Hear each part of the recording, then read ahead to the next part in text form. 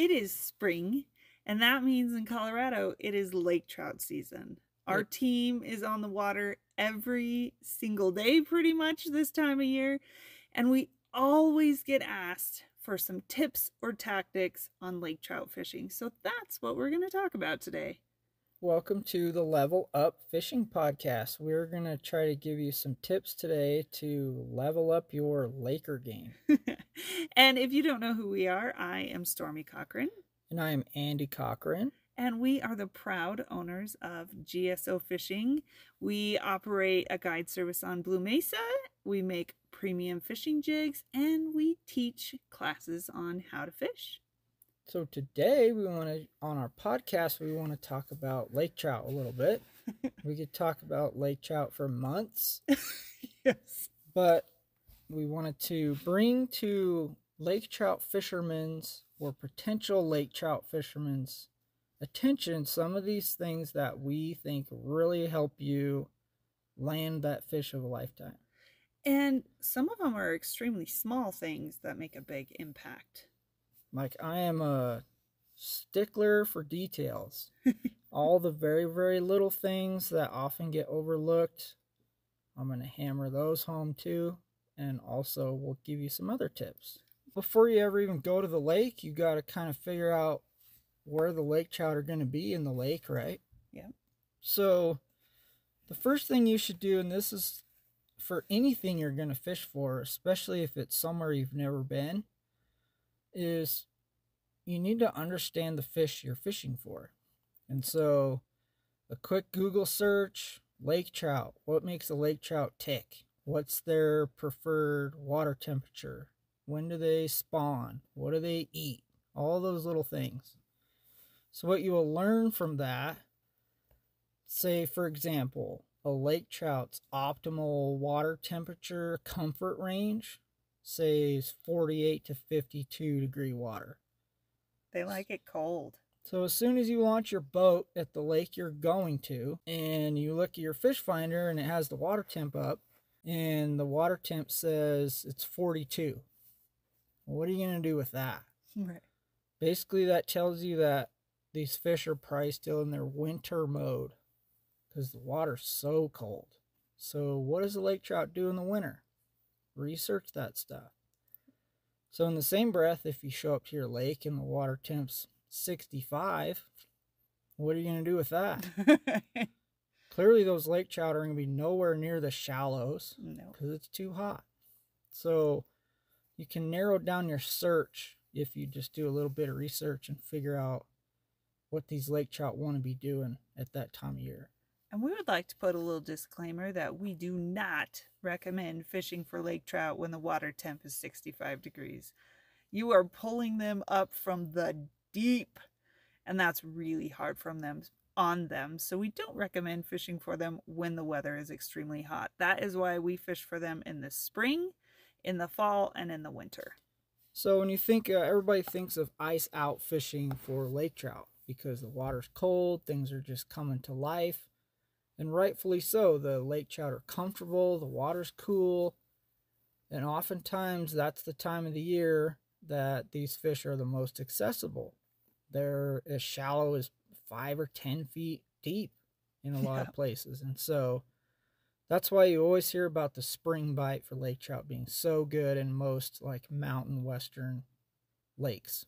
Yep. If you go to the Great Lakes or some of these other really big lake trout fisheries where the water temps are more stable year-round, oftentimes those fish will be in certain water columns mostly year-round. Yep. Besides like the spawn or certain specific events. So that kind of brings us into all the things electronics associated with lake trout fishing. So you have your fish finder, and you have a pretty good idea based on the water temp and the time of year, the kind of structure lake trout want to be on, and the kind of depth range they want to be at, what they're eating. So the next thing is to study your map and find those sorts of areas out in the lake that you can drive up to and start looking for them. So I want to get into some of these quick tips for you. So the first one, now that we kind of understand where we should start looking, is when I'm lake trout fishing, I pay very close attention to the map that's loaded on my fish finder. And the thing I always do every single day out is I start with a fresh trail of my boat. So it tells me everywhere that I've been. And so what that helps me do is if I'm in search mode, I can keep a reference of where my boat just was in relation to the contour lines underneath the boat on the map. And if I start marking fish, it'll either tell me a certain depth range or a certain type of structure that I continuously mark those fish on. And so just by idling around the lake, you can develop a pattern for the areas that you need to really target. But if you don't have the trail on, and what that is it's just a highlighted line all over your map everywhere your boat went. If you don't have that on, the other thing you could do is literally put a waypoint on every single fish that you mark, and it'll put a little dot on your map. And you can just take 5 minutes and scan across all those dots and get an idea. Oh, the lake trout look like they want to be in 30 to 40 feet of water. And most of these fish I marked were on top of a hump, for example. And so now you can expand out your map and look for humps in 30 or 40 feet of water and drive right to them and fish them. So it makes your day far more efficient. That is a great tip. Okay, so what about lures? Do you have any tips about something they can do different with their lures? One thing that we get asked about a lot is what do we do about scent or sucker meat or shrimp, or a lot of this seems like pretty standard lake trout bait. And for the most part, we don't use scent or bait. Rarely. We never use bait. Right. We found that sucker meat or shrimp or some of the other stuff that is talked about, at least for our fishing, has definitely been a deterrent, especially on the bigger fish. So we run our stuff bare. The one time that we do like to utilize scent is specifically tube jig fishing. And a lot of that, it actually helps us with the rigging of the tube, getting the head inside of the tube body. And then we've seen over the years when those fish get a little finicky and hard to catch, sometimes putting that little bit of scent in the tube where it's not real overpowering can actually entice an extra bite or two throughout the day. But you don't start with scent, you try and start with just a very specific color or something like that, and then go from there, besides tube jigs. Yeah, so lake trout, generally speaking, are highly visual predators. So 95% of the time you are catching lake trout because they see what they want to eat. Mm-hmm. Unlike, salmon or catfish, some of these other species that are very, very sensitive to smell. Yeah. Lake trout obviously can smell, but it's not the first thing that they rely on when they're actually feeding. They want to get a visual on something and attack it. Okay, so one thing I see you do constantly is check your gear. Why do you do that? Okay, so this gets into like the little nitpicky finer points about all of your equipment. So after every fish that's caught, it's very important to look at your entire setup. Take 2 minutes and just check it over. Are there any nicks in the line from their teeth? Did they rub under water into a tree? Did they hang up for a minute and come out? Did that compromise your line anywhere at all? A lot of times too, if it's a really big fish that you've been fighting for a long time, is it's going to weaken your line. Like 50 or 100 feet of your line might be compromised because it's so stretched out. Yep. So you can just grab it real quick, kind of give it a good pop, make sure it's holding up and it's not just going to snap. And then the other thing you look at is the hook. You got to make sure the point is still very, very sharp. It's not rounded over on the end. It's still straight. That kind of stuff. And I've heard bass guys, old Rick Clunn talks about this all the time. When you cast and retrieve anything, what we call the working end of the line, like the last 20 feet, is constantly being ground down in the water. There's algae, there's particles, there's bugs, there's you name it, it's in the water, and you're dragging your line through it all the time. So Rick Clunn, after 30 or 40 casts, reties his lure, fish or not. Yeah. Because there's so much abrasion that happens to your line, going in and out of your guides, in and out, in and out, in and out, in and out, and then just sliding through the water, that retying your lure at least once every hour, strip like 10 feet of line off, retie your lure. Sometimes doing those little things make a huge difference when it matters most, when you get the bite. Okay. The other thing I see is these big fish, they like to slap your line and things like that. And that can cause issues too. Even just getting tangles and things like that. So checking that often helps. Yeah, they'll see a presentation of big swim bait or even a tube, anything that you're throwing, and a lot of their instinctive feeding is to sometimes hit their prey to stun it before they actually eat it. And so you'll feel really hard, violent strikes on your lure without hooking anything. Yeah.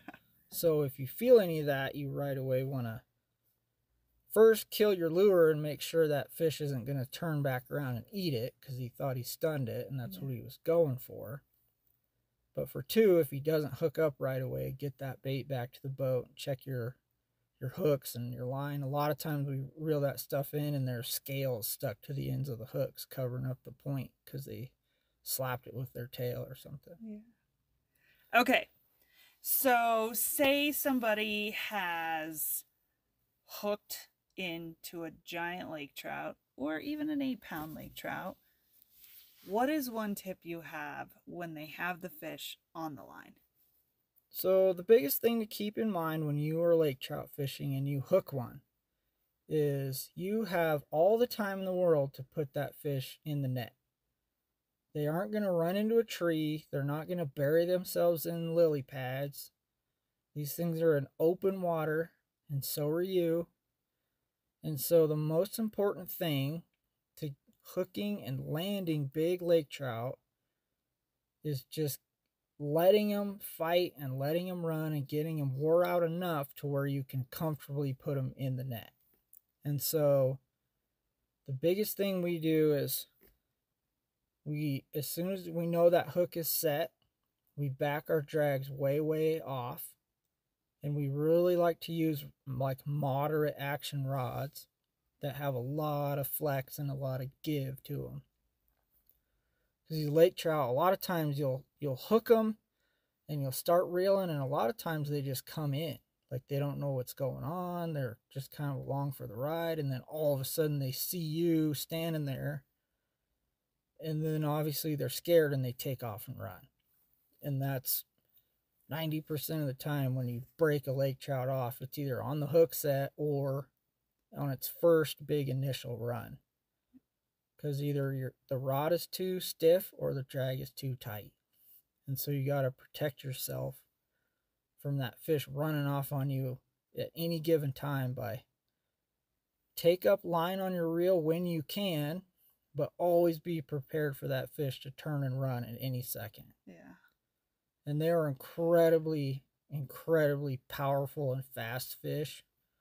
And they can turn and get their head and go downhill so fast that your head's spinning and all of a sudden your line just blows in half. All right.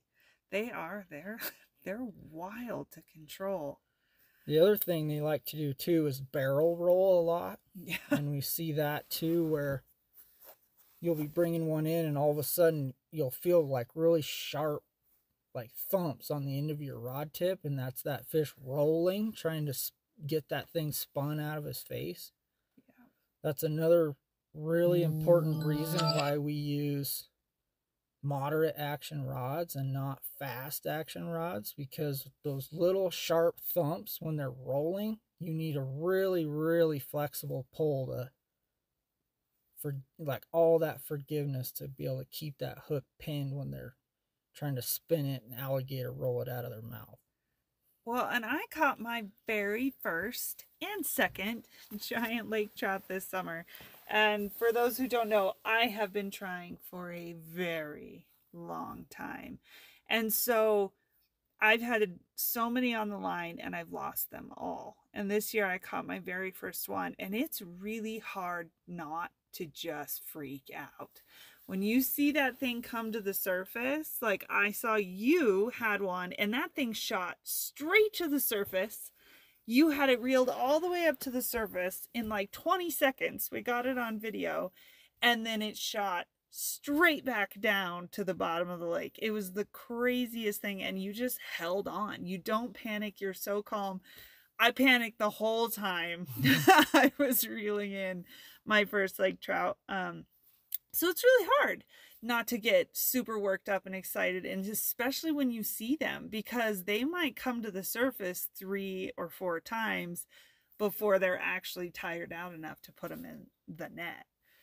Yeah, and one thing on that line too that we've seen over the years is, especially when you get that first visual of that fish, your instinct is like, I almost got him, and you really like pull and try to pull him into the net. And what happens when you try to do that is those fish feel that hard resistance, and they want to run and they can't because you're pulling on them so hard. That's when they start rolling. Yeah. And so they'll start alligator rolling right by the boat, and that's disaster waiting to happen. So the best thing you can do is plan on every lake trout you catch is going to make 3 runs from the boat all the way to the bottom of the lake. He's going to do that to you 3 times. Yep. So the first time you see that fish, don't even think about landing it. Right.